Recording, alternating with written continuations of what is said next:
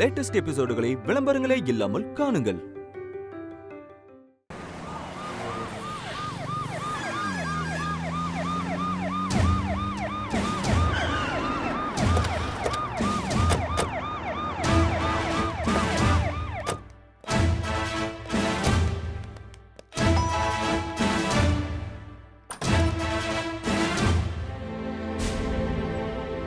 Sir, அந்த பொம்பளை ஒத்துக்கிட்டாளா?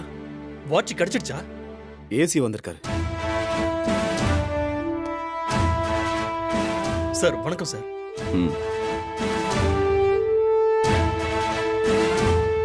என்ன சார் அவங்களையும் கூட்டிட்டு வந்திருக்கீங்க? வாட்ச் எப்படி திருடினாங்கன்னு சொல்லி காட்டணும்ல, அதான் கூட்டு வந்திருக்கோம். வாங்க வாங்க சார், வாங்க. வணக்கம் சார். உட்காருங்க சார். உட்காருங்க சார். என் ஒய்ஃப் ரொம்ப அப்செட் ஆயிருக்காங்க.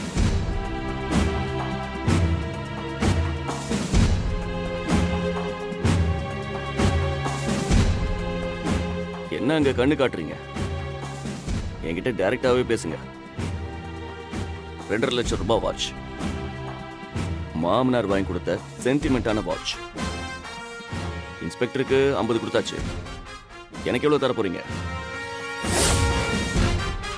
சார், அவருக்கே 50 கொடுத்துருக்கீங்க.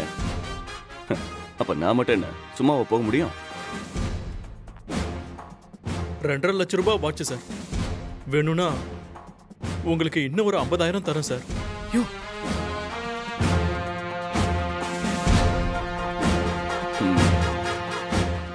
அதான் பேச்சு. என்ன, இன்ஸ்பெக்டருக்கும் ஏசிக்கும் ஒரே அமௌண்டா போச்சு. பரவாயில்ல. சரி, வாட்சிங்க கழட்டி வச்சிங்க. சார் இங்க தான் சார் கழட்டி வச்சேன்.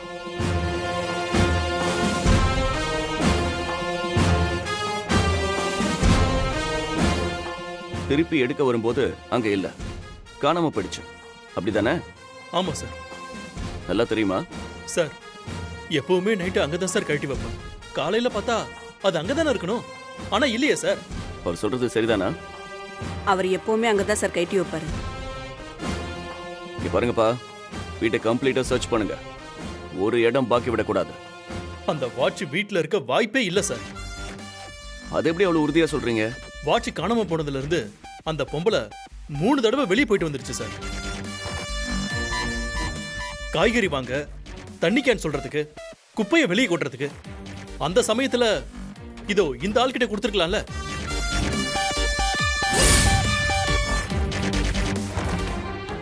உங்க லாஜிக்கும் கரெக்டா தான் இருக்கு. ஆரம்பிங்க. எல்லா இடத்துலயும் தேடி பாருங்க. போய் தேடுங்க.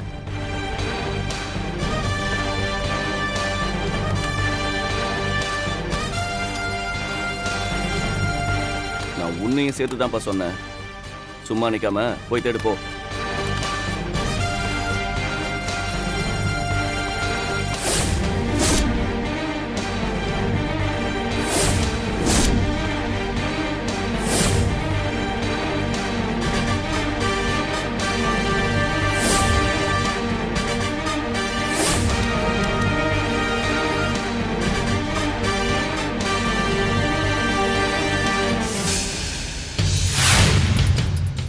சார்,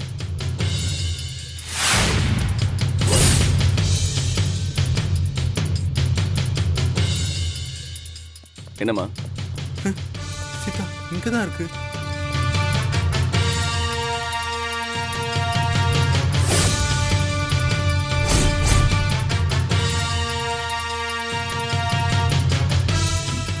எங்க இருந்துச்சுமா? இந்த பீரோ கீழே இருந்தது சார். ஓ, இதானே உங்க வாட்ச்? ஆமா சார், இந்த வாட்ச் தான் சார்.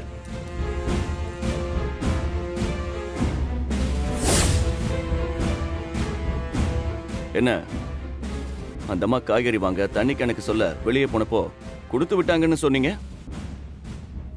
பார்த்தா வாட்ச் இங்கேயே இருக்கே. ஒருவேளை இந்த பொம்பளையே ஒளிச்சு வச்சுட்டு வேலை முடிஞ்சு போகும்போது எடுத்துட்டு போலான்னு இருந்திருக்கலாம்ல. ஆமாமா, ஆரம்பத்துல இருந்தே நீங்க லாஜிக்கா பேசுறீங்க.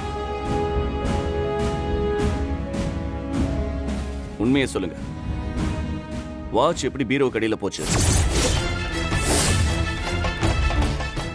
சொல்லுங்க, வாட்ச் எப்படி பீரோ கடையில போச்சு? சார் இப்படி எல்லாம் வாயால கேட்டா அவ சொல்ல மாட்டா சார். 4 போடு போடுங்க சார். நான் என்ன கேள்வியை அவங்க கிட்ட கேட்டேன்னு நினைச்சிட்டு இருந்தியா? என் பார்வை தான் அங்க இருந்துச்சு. ஆனா அந்த கேள்வி உனக்கு தான். சொல்லு, வாட்ச் எப்படி பீரோ கடையில போச்சு? சார் அது வந்து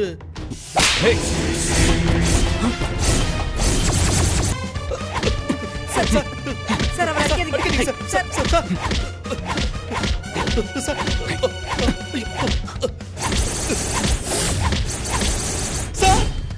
சார் சார் சார் சார் சொல்லு, வாட்ச் எப்படி பீரோவுக்கு கீழே போச்சு? சார் அது தெரியாம விழுந்திருக்கும் சார்.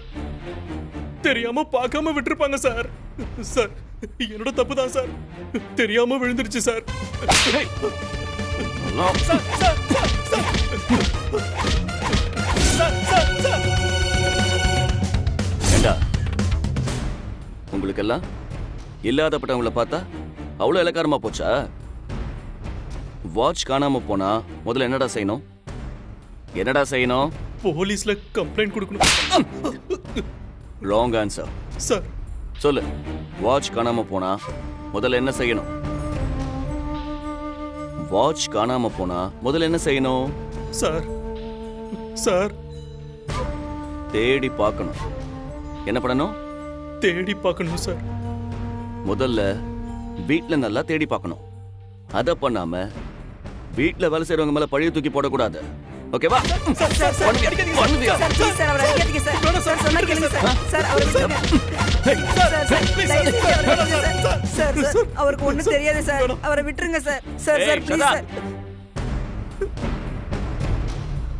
சரி, போலீஸ்ல கம்ப்ளைண்ட் கொடுத்தா என்ன செய்யணும்? சார் சார் போலீஸ்ல கம்ப்ளைண்ட் கொடுத்தா அதை ஃபாலோ பண்றதோட இருக்கணும். அதை விட்டுட்டு லஞ்சம் கொடுக்க கூடாது. சார் லஞ்சமா கொடுக்கற? Sir sir please sir. லஞ்சம்.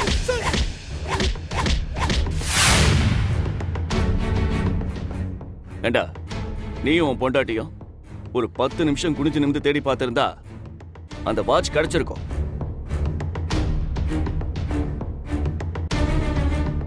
அதுக்குள்ள இந்த அம்மா மேல திட்டம் போட்டு பழிய போட்டியடா. அவங்கள அநியாயமா போலீஸ் ஸ்டேஷன்ல கொண்டு போய் விட்டு இவ்வளவு பெரிய காரியத்தை பண்ணிருக்க. உன்னை இப்ப என்ன பண்ணலாம் சொல்லு? சார் அவசரப்பட்டு நான் பண்ணது தப்பு தான் சார். என்ன மன்னிச்சிடுங்க சார். தப்பு பண்ணிட்டல, அதுக்கு ஃபைன் கட்ட வேணாமா? நான் உனக்கு ஃபைன் போடுறேன். எவ்வளவு தெரியுமா? சொல்லுங்க சார். அந்த வாட்சோட விலை சார் 2.5 லட்சமா?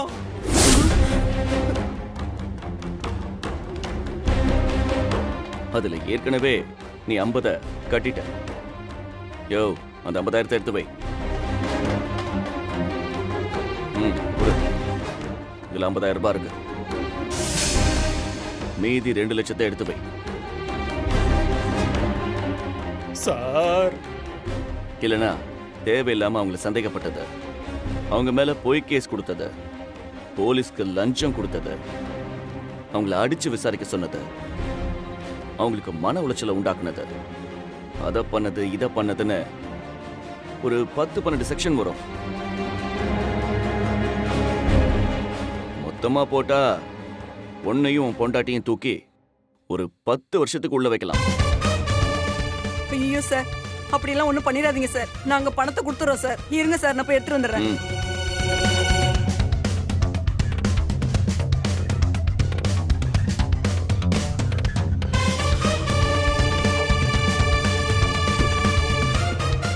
ஏங்க இந்தாங்க.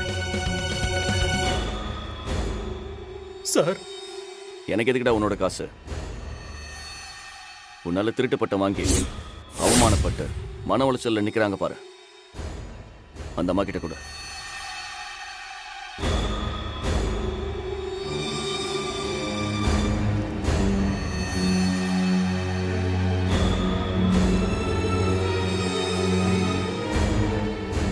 அவங்க கிட்ட முதல்ல மன்னிப்பு கேளுடா. என்ன மன்னிச்சிருங்கம்மா. சார், என்ன மன்னிச்சிருங்க சார்.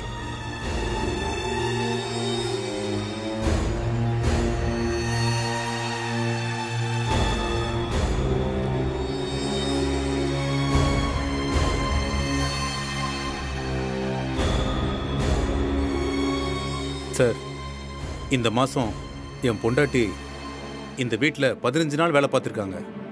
அதுக்கான பாதி சம்பளம் 4000 ரூபாய் மட்டும் நான் எடுத்துக்கிறேன் சார். பணம் இருக்கிற திமிரில் தானடா நீங்கள்லாம் இப்படி ஆடிட்டு இருக்கீங்க. இந்த பணத்தை நீயே வச்சுக்க. இது எங்களுக்கு தேவையில்லை. இதை பார், இனி என் பொண்டாட்டி இந்த வீட்டுக்கு வேலைக்கு வரமாட்டான். சார், ரொம்ப நன்றி சார். நோனோ, நீங்க என்ன இப்படி கும்பிடக்கூடாது. என் கண்ட்ரோல்ல இருந்த ஒரு ஸ்டேஷன்ல உங்களுக்கு இப்படி ஆயிடுச்சுன்னு நான் தான் ரொம்ப வருத்தப்படுறேன்.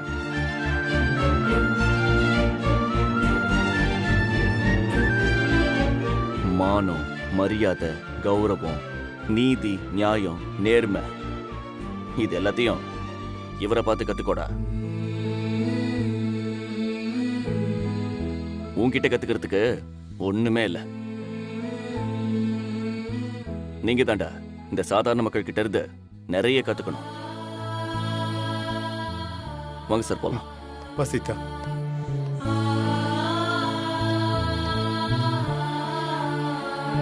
என்ன சார் இப்படி பண்ணிட்டீங்க? போயா.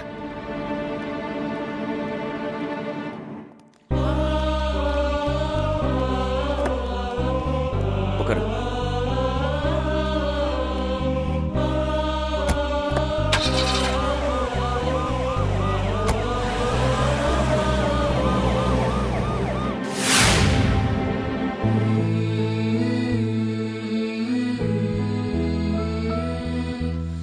உங்களுக்கு ஏன் சார் எங்களுக்கு உதவி பண்ணணும்னு தோணுச்சு?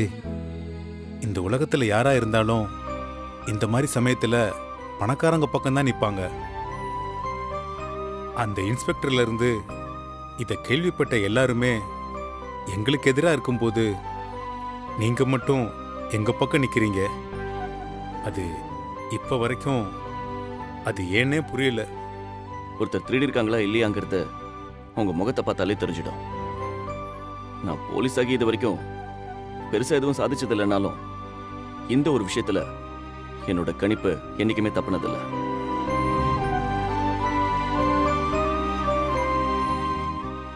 இந்த முகத்தை பார்த்து இவங்க திருடினாங்கன்னு சொன்னா என்னால எப்படி நம்ப முடியும்? ரொம்ப நன்றி சார். தயவு செஞ்சு என்ன சாரன்லாம் கூப்பிடாதீங்க. எனக்கும் உங்க பையன் வயசு தான் இருக்கும். என்ன நீங்க பேர் சொல்லியே கூப்பிடலாம். இத்தனை வருஷமா நாங்க பிள்ளைங்க தான் உலகம்னு இருந்தோம். ஆனா அவங்க எங்க கிட்ட இருந்த மொத்தத்தையும் புடுங்கிக்கிட்டாங்க. அதான் நான் டிரைவராகவும் சீதா வீட்டு வேலை பார்க்க வேண்டியதாகவும் போச்சு. யாரு எவருன்னே தெரியாதப்ப எங்களுக்கு இப்படி ஒரு பெரிய உதவி செஞ்சத எங்களால இன்னும் நம்பவே முடியல. உங்களுக்கு எப்படி நன்றி சொல்றதுன்னு தெரியல.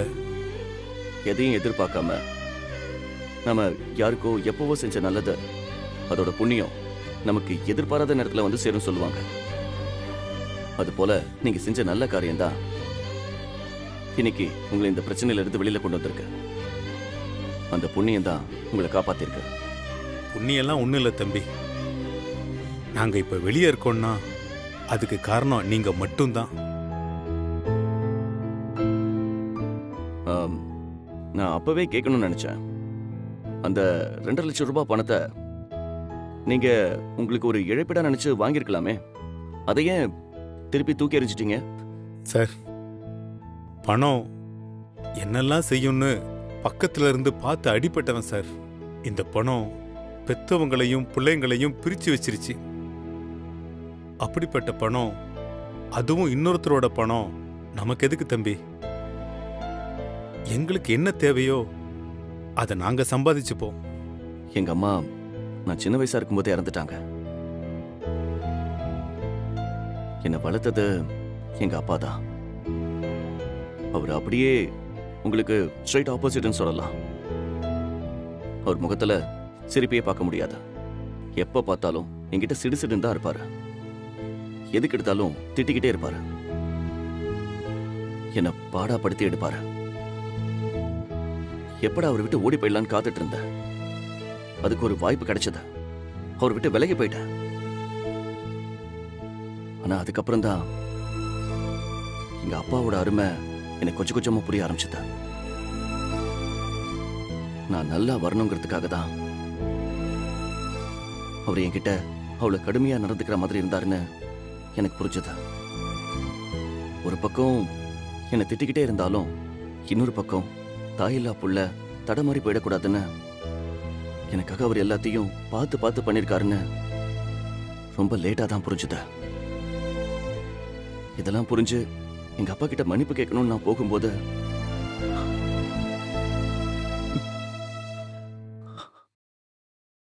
அவர் உயிரோடவே இல்லை.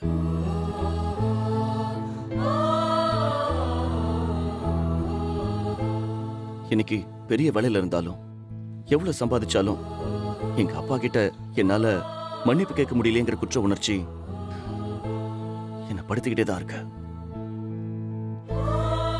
அவரோட வயசுல இருக்கிற யாரை பார்த்தாலும் என் அப்பாவுக்கு நான் செய்யணும்னு நினைக்கிற விஷயங்களை அவங்களுக்கு செய்யணும்னு நினைக்கிறேன். அது கூட இன்னைக்கு நடந்த சம்பவத்துக்கு காரணமா இருக்கலாம். கவலைப்படாதீங்க தம்பி. நீங்க உங்க அப்பாவை நினைச்சு செய்யற ஒவ்வொரு நல்ல காரியத்தையும் உங்க அப்பா தெய்வமா உங்க கூடவே இருந்து பார்த்து உங்களை வாழ்த்தி ஆசீர்வாதம் பண்ணிக்கிட்டு தான் இருப்பாரு. தம்பி, உங்களுக்கு எங்களால நன்றி சொல்றதை தவிர வேற எதுவும் செய்ய முடியல. ஆனா ஒன்னு சொல்ல முடியும். நீங்க எங்க 2 பேரையும் உங்க அம்மா அப்பா மாதிரி நினைச்சு எப்ப வேணாலும் எங்க வீட்டுக்கு வரலாம். Thank you sir.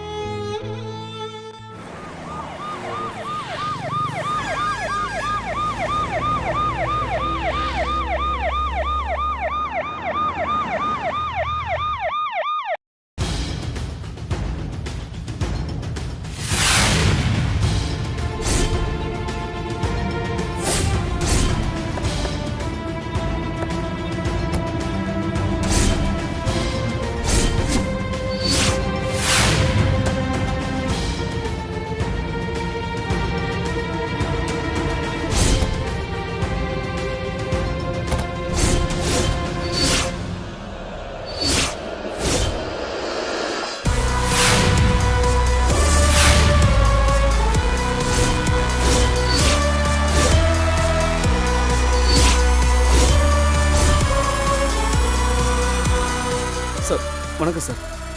சார் என்ன சார், என்ன சார் விஷயம்? உங்களுக்கு என்ன வேணும்? உனக்கு என்ன வேணும்? எனக்கு ஒன்றும் வேணாம் சார், எனக்கு ஒன்றும் வேணாம். யார் நீ? நான் ராஜா சார், சாருடைய சன்னு.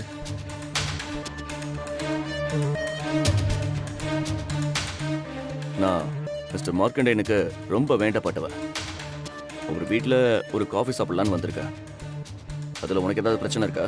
இல்லை சார், அதெல்லாம் ஒன்றும் இல்லை. எனக்கு ஒரு பிரச்சனையும் இல்லை. நீங்க தாராளமா டிஃபன் காஃபி எல்லாம் சாப்பிட்டு போங்க சார், தாராளமா. நீங்க, எனக்கு ஒரு பிரச்சனையும் இல்லை சார். இவங்க யாரு? உங்களை தான் கேக்குறாருல்ல, சொல்லுங்க. என்ன காத்து மட்டும் தான் வருது? என் பேரு சாவித்ரி சார். இவரு என்னோட மாப்பிள்ள. இவங்க என் சம்மந்தி. நீங்க பேரை கேட்டா மேன ஆடு மாதிரி கத்துறாங்க. என்ன ஊமையா? No no no no no no no. அவங்க இதுக்கு முன்னாடி போலீஸ் கிட்ட எல்லாம் பேசினது இல்ல சார். ஓ, உங்களை பார்த்ததும் வார்த்தை வெளியே வரல sir. She is my wife sir. Oh, ஆமா சார். நீ எல்லாம் ஒரு பொம்பளையா? இவ்வளவு பட்டும் நீ இன்னும் திருந்தாம இருக்கிறியே. உன்னை இப்ப போலீஸ்ல புடிச்சு கொடுக்கறதுக்கு எனக்கு ஒரு நிமிஷம் ஆகாது. இதே ஜீப்ல கையோட கூட்டிட்டு போய் உன்னை வெளுத்து விட்டுருவாங்க. மேகலா, உங்க அம்மா பேச்ச கேட்டுக்கிட்டே நீயும் நாளுக்கு நாள் மோசமாக்கிட்டே இருக்கிறியே. மனசுல நீ அடுத்தவங்க மேல வைக்கிற வெறுப்பு உன்னையே அழிச்சிருங்கிறத நீ எப்பதான் புரிஞ்சுக்க போற?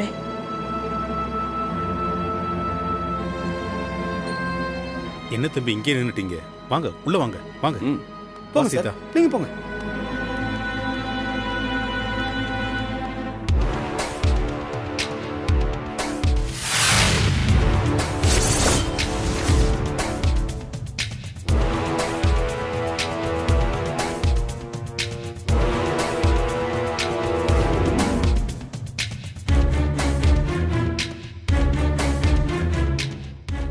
அடடே, வீட்டில் இருக்கிறவங்க எல்லாரும் கோடு போட்டு வாழ்றீங்க போல. Very interesting. தம்பி உட்காருங்க. சீதா, தம்பிக்கு காஃபி போட்டு கொண்டு வா.